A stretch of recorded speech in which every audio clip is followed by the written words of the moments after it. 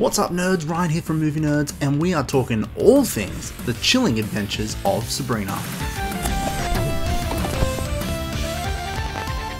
So before we get into this review, we'd love it if you can hit that subscribe button below and hit the like button, and also the bell notification if you get around to it.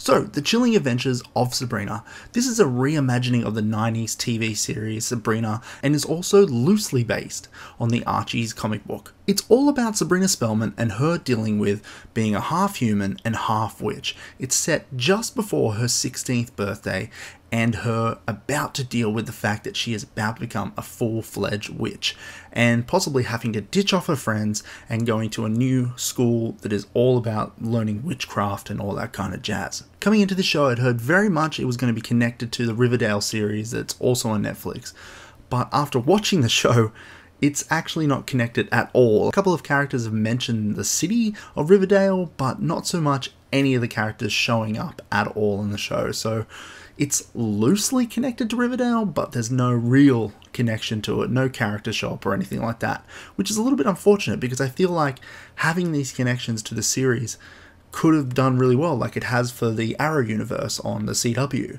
And being that this is a CW series, or at least Riverdale is, and this was originally conceived by CW, now being owned by Netflix, you would think that they would have that down to a T.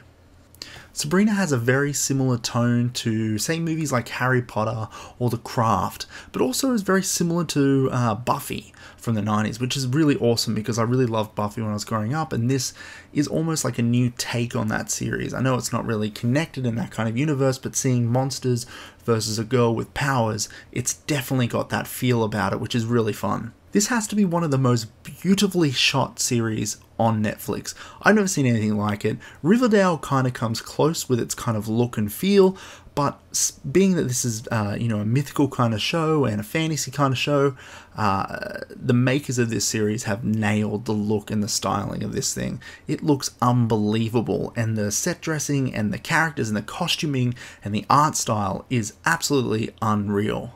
Being that it's a series all about magic and witchcraft, and I mean characters like Sabrina, her last name is Spellman, you can kind of expect people to be a little bit over top, but the acting here in some cases can be really over the top. Without giving too much away, the villain of the show is kind of acted, well, really over the top. It's hard to watch sometimes, but once you get into the show, you'll start kind of getting a character a bit more and kind of understanding where it's going. So you kind of forgive it. The standout has to be Sabrina, who's played by Kieran Shipka. She's a newcomer, she hasn't really been in much before. Flowers of the Attic, she was in Mad Men for a little bit, but really she hasn't done anything stand out. This is the show where she's going to break through and do big things. She kills it as Sabrina in this. The other actor that killed it for me in this series is Miranda Otto. She's an Australian actor that is killing it overseas at the moment. Her portrayal of Aunt Zelda in this show is unreal. She plays it dead cold, and it plays it totally different than what you expected from the original series, which is cool, it's different, and it sets it apart from where it originally was, and she does it very, very well. I can't wait to see where her character goes in the next season, but where we're at the moment, it is really fun with her character. If you dug the original 90s series, you are going to love this. It has grown up with you. It's a lot more mature now. It's gone from the kind of comedy aspect and the teen drama side of things. There are a lot of character nods from the original series and a lot of elements that came from that show that are here in this, but it's also a lot more mature. This has tons of horror elements. It's pretty scary in some sequences. It's definitely not for people under 14, I reckon, and it's absolutely why it's called The Chilling Adventures. It has horror elements up the wazoo. Outside of a few over-the-top characters, there wasn't much I didn't like here. It is a very fun and fresh new series for Netflix. I'm super excited to see where season 2 goes, but if you loved the original series of Sabrina back in the 90s, then you are absolutely going to love this. So The Chilling Adventures of Sabrina hits Netflix on October 26. I cannot recommend this series enough. It is awesome. I cannot wait to see where it goes. I hope it gets renewed for another season because absolutely really, really fun.